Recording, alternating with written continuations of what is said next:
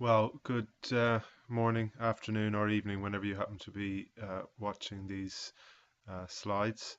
The following slides are going to take you through a discussion of outdoor education, and we'll try and consider outdoor education in relation to a number of different areas of theory, in particular in relation to theories of learning. Um, and within it, I will also prompt you to reflect on your own experiences and hopefully the outcome, if you've been on the residential with us, will be an opportunity to reflect more deeply on the experiences on the outdoor education that you took part in. But if not, it'll be an opportunity for you to reflect on how your experiences on an activity of your own might relate to the contents, um, or just to connect with an experience that you might have in the future in taking a group of children or young people on an outdoor education experience. There are various points within the slides where I'll ask you to pause this video slide, um, to undertake an activity or an exercise, and then to start it up again. So that's an important part of the process of working your way through these slides. So please do take on board what I'm asking you to do at different points throughout. So the learning outcomes, hopefully by the end of these slides you'll have considered a number of perspectives on the educational value of outdoor education, that you'll have considered the relevance of informal education tradition to outdoor education, and that you'll have reflected on your own direct or indirect experiences of education. Okay, so the starting point really is this week's reading. So I have posted a short reading. It's only about 5 or 6 pages, titled "Just What is Outdoor Education?" and it's on the Moodle page for this module. You'll find it under week 2. So this is the first pause or possible pause point. If you've read this already, then you can carry on through. But if you haven't, it's an important background piece of reading to start to get you thinking about some of the ideas in relation to outdoor education. So if you haven't read it, then please go on to Moodle, open up the PDF document, and have a read through it.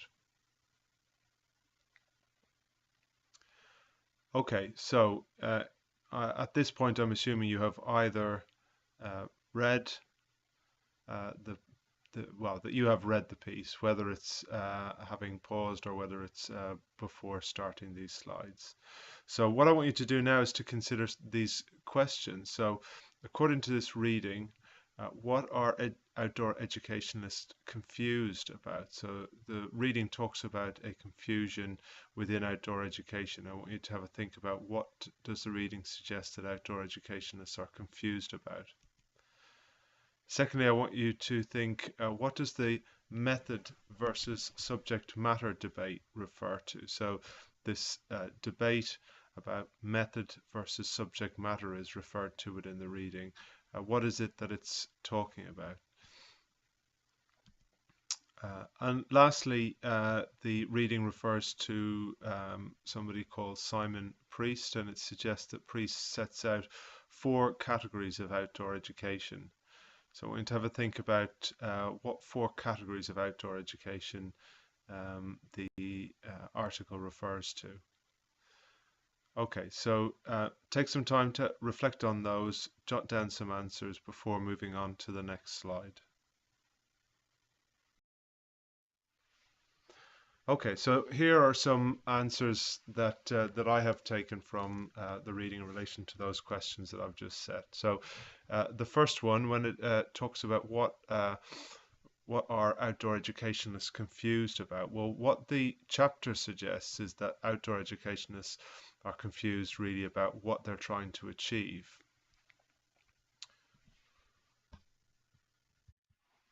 So the chapter refers to an educationalist called Dewey, who criticizes outdoor education.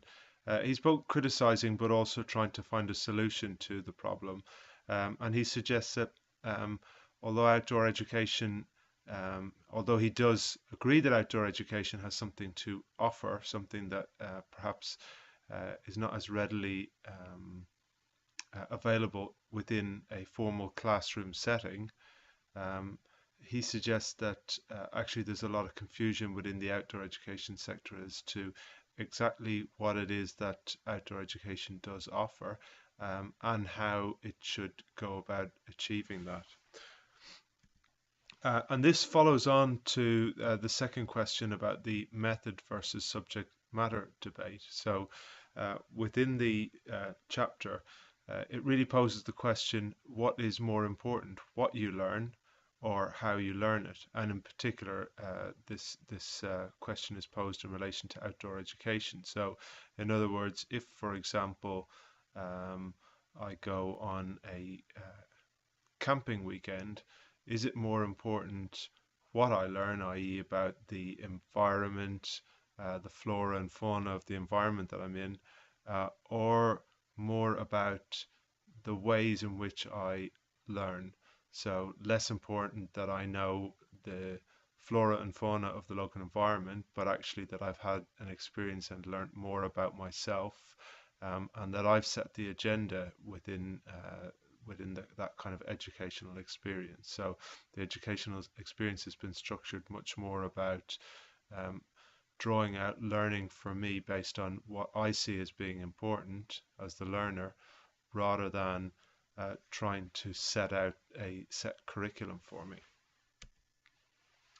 Um, the last question is, what did Simon Priest suggest are the four categories of outdoor education? So Dewey poses this kind of challenge to outdoor education about uh, being kind of unclear or confused about what it's trying to achieve.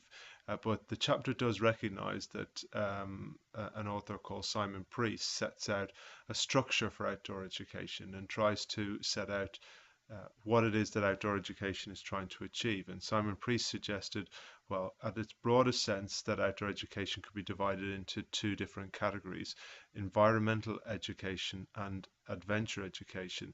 But actually, he divides that further into four different categories. So, suggests that outdoor education might be seen as being focused on the environment, i.e., learning about the environment that we live in, and that's the environment outside the classroom. Learning about people and the environment, about our role in interacting with and shaping our environment. Uh, the third category being interpersonal, that is how we relate to other people. So if we think about going on a camping trip, that an outdoor education experience might tell us something about how we relate to and work with other people. And the curriculum for that interaction might not be very clearly set out in advance, but that the outdoor education experience can be structured in a way to give us that experience, to challenge us in a way that will prompt us to think about our relationship to other people, and to come away with space to reflect on that, and to help that for that to help us inform our learning moving forward. And the fourth category he talks about is intrapersonal, so distinguishing between interpersonal, between people, and intra, within ourselves, so learning about ourselves as a result of that. So let's try and make a connection between a tradition which has been quite a strong tradition within the UK, in particular within the youth work sector, of informal education, and make a connection between informal education and outdoor education. Okay, so we're going to have another pause for an activity. I want you to think about something you learned that wasn't in the classroom. So a new skill or a new area of knowledge. Uh, what was it that you learned?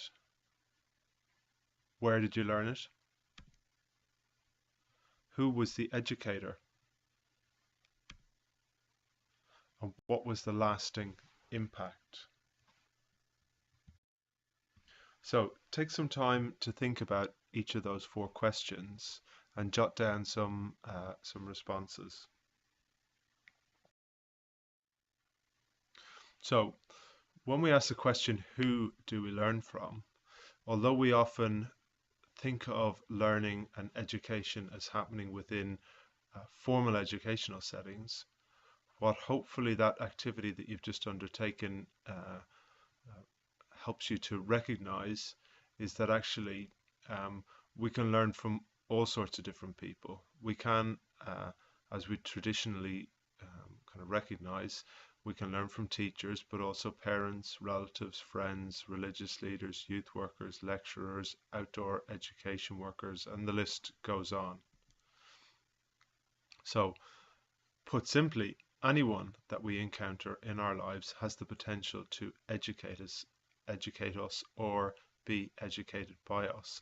And this is one of the challenges, and I've spoke about this in class already, one of the challenges of the way in which education, formal education, is set up and is structured, that it's often set up and structured in a way that identifies a single individual in the classroom, i.e. the teacher, as being the only person who has knowledge that is of value, i.e.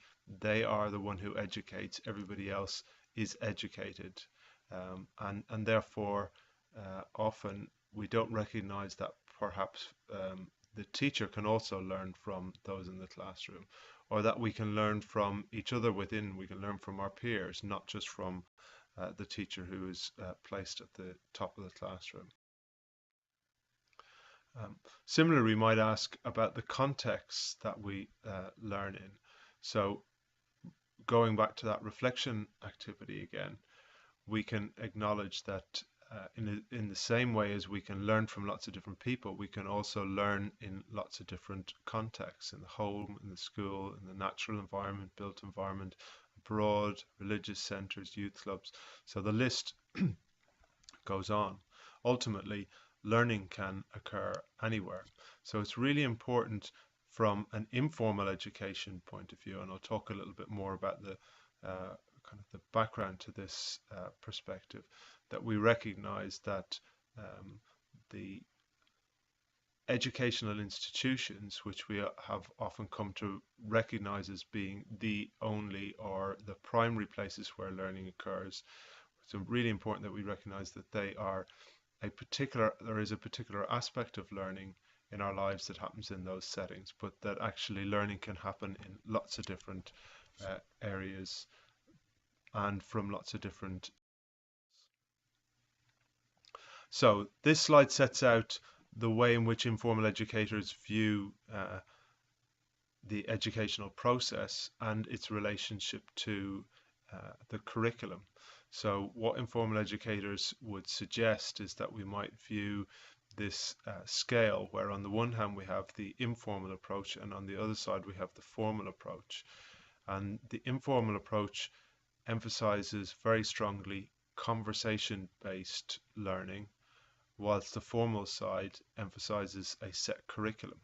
So although there are exceptions, for the most part, teachers don't tend to come into the classroom in the morning and ask their students, what would you like to learn today? They tend to have a set curriculum based on their subject area and based on a very clear timeline in terms of what they need to have passed on to their students by a set time in that month, in that week, in that year. And there are some very clear targets that they're working to ensure that that information is conveyed to their students. So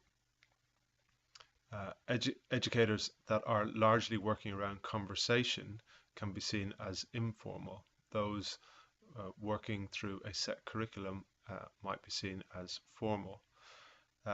Now, traditionally, informal educators have seen this, have placed these two approaches on a continuum and would separate them out quite distinctly. So typically informal educators wouldn't suggest that informal education might happen alongside formal education within the classroom. I would argue actually that the divide between these two approaches is not as clearly defined as is often set out within the informal education literature. So in other words, a teacher may well engage in very formal approaches to education within the classroom, but actually they may well drift into much more informal education relationship and approach when they step out into the schoolyard and interact with the child or young person in quite a different way, or even within the classroom, that the relationship can drift. And so that kind of conversation and the learning that stems from the conversation between the teacher and the student might well be running almost in parallel with a formal education approach. That's something you'll need to think about and take a view on yourself as you explore the wider this.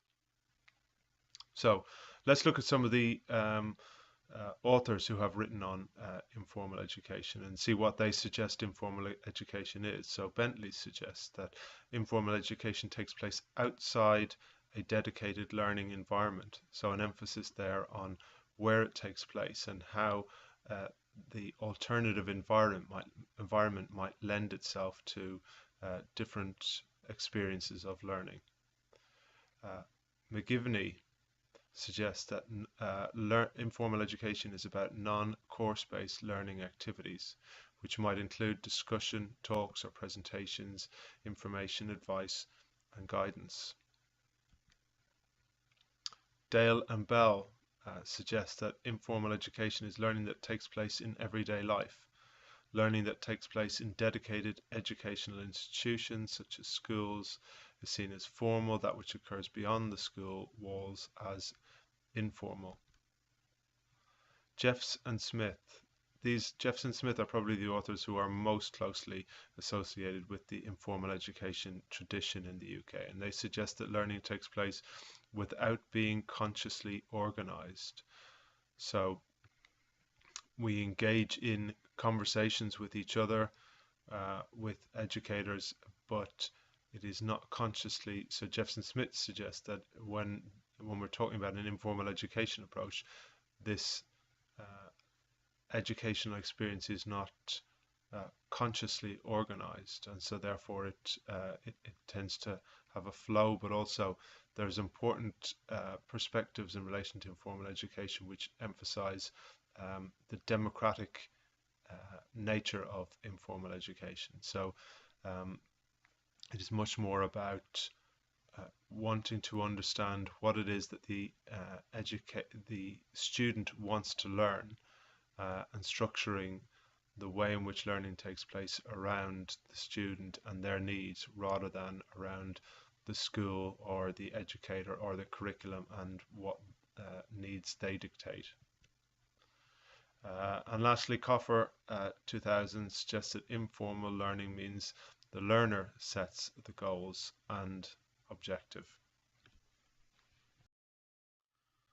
Okay, so let's have another reflection activity. Let's try and connect this idea of informal education with your own reflection on either an activity that you took part in yourself or by looking at a video clip that I have added here. So I want you to, if you have one that you can draw on, if you've ever been on an outdoor education experience in school, in a youth club, or through some other contact, reflect on an outdoor education experience you had or consider one captured in the video below.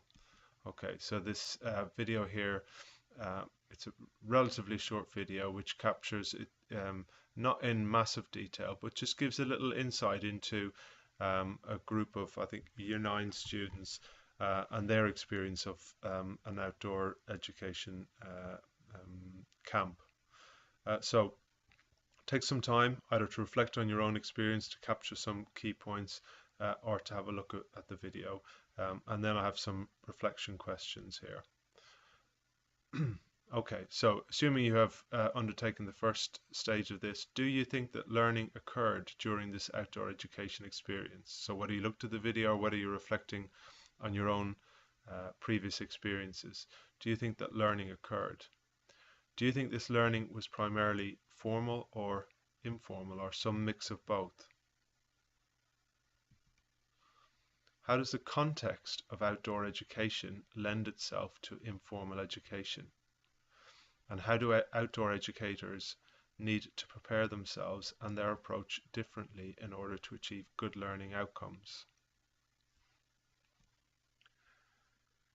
Okay, so again, this is a point to pause because I'm going to give you some reflections, some of my reflections on these questions. But before you listen on, just make sure that you have paused and that you have given your responses to each of these questions so that you can make a connection between what I'm reflecting on and your reflections.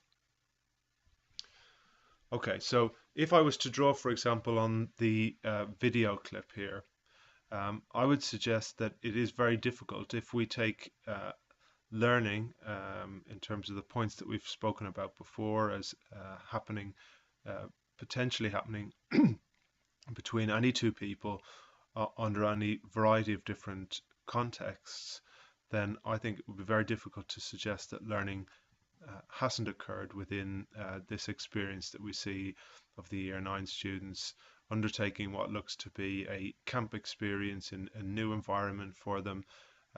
They look to be uh, developing their own relationships within that context. There's a lot of kind of smiling and happy faces, but I'm sure that there were some challenging moments for these students as well. And in whether it is a positive, happy, joyful moment or a difficult, challenging, and even tearful moment, you tend to learn something about who you are in those moments and how you relate to others. So I think it would be difficult to argue that um, learning hadn't occurred in this experience. So do you think that learning was primarily formal or informal?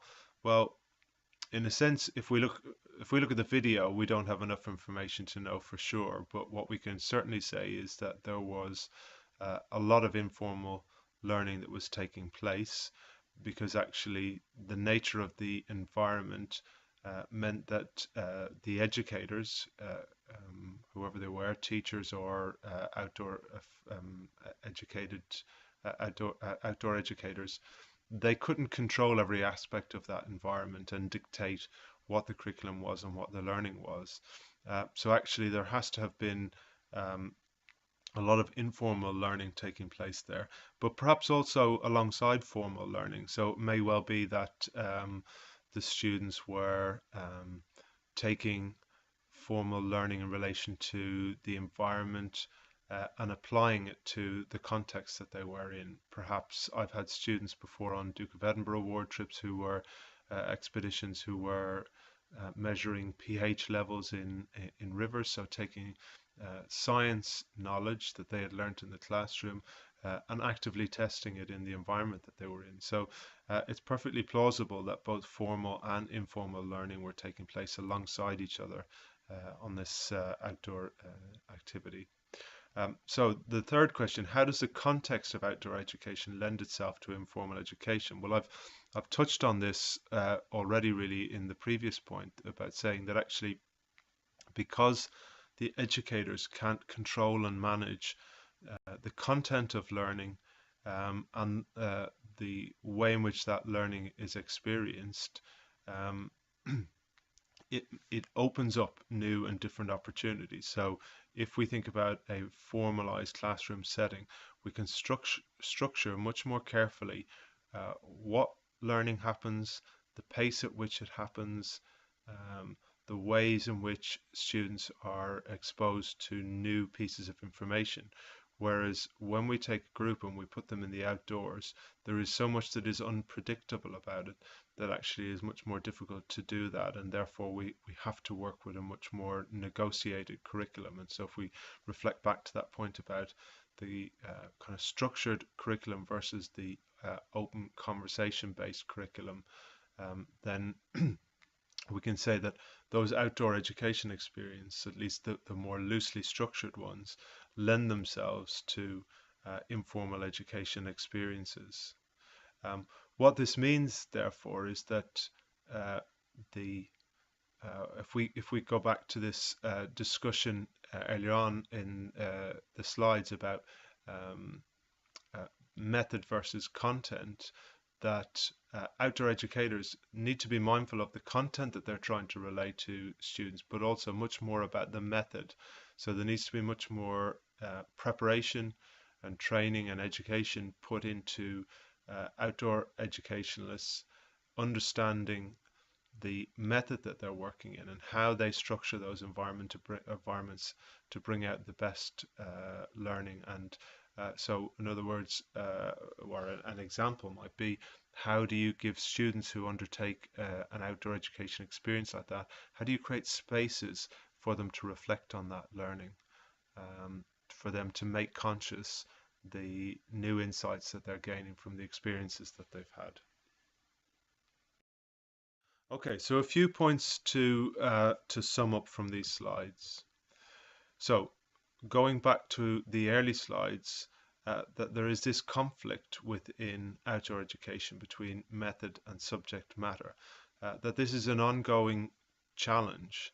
Are outdoor educationalists focusing primarily on the method, that is trying to work in a particular way with children and or young people, and that the subject matter is less important? Or is it more about the subject matter and that the method by which they convey that is less important? And this is an ongoing tension. That outdoor educators who are more focused on method would probably align themselves with the informal education approach. So when we talk about this divide between method versus subject matter, this approach of informal education that I've spoken about is an approach that the kind of method focused outdoor educationalists would much more closely align themselves with. Informal education does not work with a set curriculum and emphasizes a negotiated curriculum through conversation. So when we step out into those outdoor education settings, very often we're much more